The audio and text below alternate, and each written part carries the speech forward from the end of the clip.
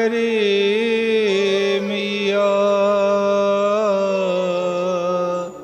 काली मैया हरे हरे। मां काली मेरी स्वामिनी, मैं हूँ मां तेरो दास, जन्म जन्म महीं दीजियो, मां अपने चरणों में वास। बोलिए माता भगवती मां काली की। बंधु, जब किसी व्यक्ति की श्रद्धा, विश्वास और समर्पण अपने गुरु के प्रति हो जाता है तो निश्चित ही परमात्मा के दर्शन उसे अवश्य हो जाते हैं। वैसे तो धर्म ग्रंथों में, वेद पुराणों में परमात्मा प्राप्ति का स्थान तो हृदय रूपी मंदिर ही बताया गया है। अंतर्घट में ही परमात्मा का दर्शन होता है, क्योंकि हर व्यक्ति के अंदर आत्म स्वरूप में ईश्वर का निवास होता है। तो अंदर जाने के लिए, अंदर प्रवेश करने के लिए, आत्म दर्शन के लिए ध्यान की परम आवश्यकता होती है। पूर्व में भी जितने महापुरुषों ने परमात्मा का, अपने इष्ट का दर्शन किए हैं, तो वह सभी ध्यान की गहराइयों में ही डूब करके आत्म साक्षात्कार किए हैं। बंधुओं, यदि आप लोग भी आत्म दर्शन करना चाहते हैं तो निरंतर ध्यान योग का सहारा लेकर के आत्म दर्शन कर सकते हैं, क्योंकि परमात्मा प्राप्ति के लिए इससे बढ़कर के त्रिभुवन में कोई दूसरा मार्ग नहीं होता। इसलिए आप सब निरंतर ध्यान साधना पथ पर चलकर अपने इष्ट का दर्शन कर सकते हैं। ध्यान के साथ साथ अपने इष्ट पर पूर्ण विश्वास भी होना चाहिए, भक्ति भी होनी चाहिए, समर्पण की भावना भी होनी चाहिए, तभी आप सफल हो सकते हैं। जिसकी भी भक्ति करें, जिसे भी इष्ट बनाएं, तो अंतर मन से उसके चरणों में अपने आप को समर्पित कर दे। ऐसा नहीं कि आप अपने घरों में छवि रखे हुए हैं या माता की मूर्ति रखे हुए हैं तो आपके मन में ये भाव आए कि नहीं, यह तो मूर्ति है, यह तो छवि है। ऐसा भाव नहीं आना चाहिए। हमें भाव रखना चाहिए कि वास्तव में ये छवि नहीं है, ये हमारे इष्ट है, ये हमारे माँ की, हमारी इष्ट की, जगत जननी की प्रतिमा है, मूर्ति है। हमारे अंदर पूर्ण विश्वास हो, भरोसा हो, तभी तो हम माँ के दर्शन कर पाएंगे, तभी तो हम अपने इष्ट के दर्शन कर पाएंगे। बंधुओं, इतिहास में भी इसके अनेकों उदाहरण हैं। महापुरुषों ने कभी मूर्ति को, कभी छवि को। यह नहीं माना कि यह मूर्ति है, यह छवि है, यह प्रतिमा है। वह अपनी छवि में अपने इष्ट का दर्शन करते थे, मूर्ति में भी अपने इष्ट का दर्शन करते थे। ऐसे ही एक घटना आती है। वृंदावन में एक संत निवास करते थे। जमुना के किनारे एक टूटी सी झोपड़ी में वह रहकर निरंतर गोविंद के ध्यान में लीन रहते थे। उनके पास कुछ नहीं था, एक कम्बल था, एक कमंडल था, एक डंडा था और टूटी सी झोपड़ी थी। उसी झोपड़ी में वह रहकर गोविंद के नाम का कीर्तन करते थे कि एक दक्षिण भारत से सेठ आता है वृंदावन।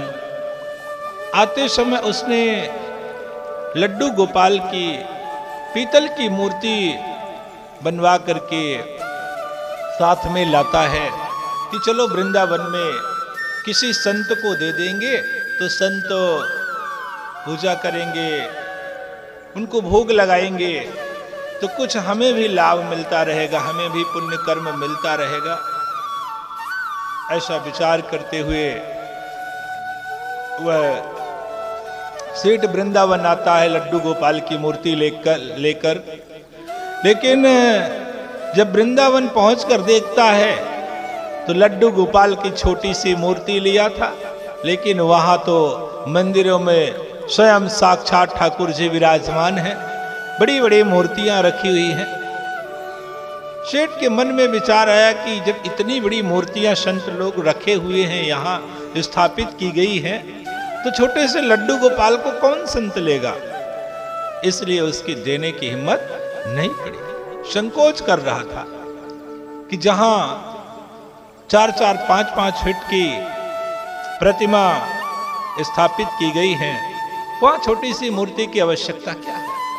संकोची था, इसलिए वह चुपचाप अपने पास रखा था। भ्रमण कर रहा था। भ्रमण करते हुए उसी संत की कुटिया में पहुंच जाता है, जहां पर कोई मूर्ति नहीं थी, कोई वस्त्र नहीं था, कोई सामान नहीं था, बस एक कमंडल, एक कम्बल और एक डंडा था संत के पास। सेठ जी जब उस संत को देखते हैं, टूटी सी कुटिया को देखते हैं, तो सेठ जी के मन में आता है कि शायद ये हमारे लड्डू गोपाल को ये ले लेंगे, क्योंकि इनके पास कोई मूर्ति नहीं, कोई प्रतिमा नहीं है, तो ये निश्चित रूप से इस मूर्ति को ले लेंगे, स्वीकार कर लेंगे। ऐसा विचार करते हुए आज वह सेठ जी संत के पास जाता है, उनके चरणों में प्रणाम करता है और कहता है कि महाराज, हमारे पास लड्डू गोपाल जी हैं, आप इन्हें रख लीजिए और निरंतर पूजा पाठ करते रहिएगा। ऐसा सुनकर संत जी सेठ जी से हाथ जोड़ते हैं कि सेठ जी, हमारे पास इनके लिए कोई व्यवस्था नहीं है, हम इनको कहां से भोग लगाएंगे, कहां से खिलाएंगे, कहां से पिलाएंगे, इसलिए हमें रखने की आवश्यकता नहीं, हम इनकी सेवा नहीं कर पाएंगे।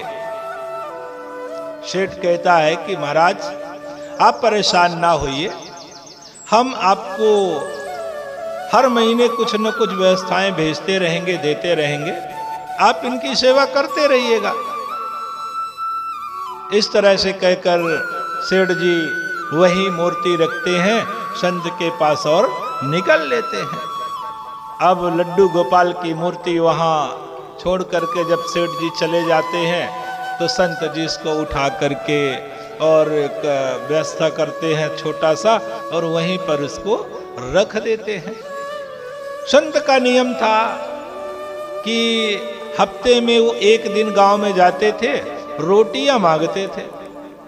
अब रोटियां मांग करके लाते तो एक दिन मांगते, 5 दिन उन रोटियों को निरंतर खाते रहते थे, वही उनका क्रम था।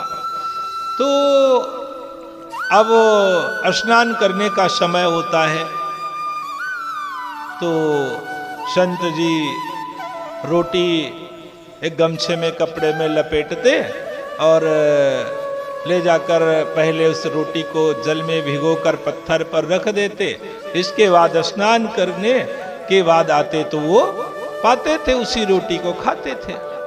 अब उस दिन तो लड्डू गोपाल भी साथ में थे, बस वही क्रम था।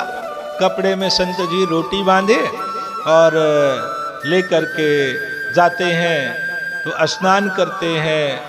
लड्डू गोपाल जी को भी, भगवान को भी स्नान कराते हैं और स्नान करने के बाद लड्डू गोपाल के सामने वही भीगी हुई रोटी, बासी रोटी रख देते हैं और हाथ जोड़ के कहते हैं कि प्रभु अब इस रोटी को पाइए, ग्रहण कीजिए, हमारे पास तो यही है।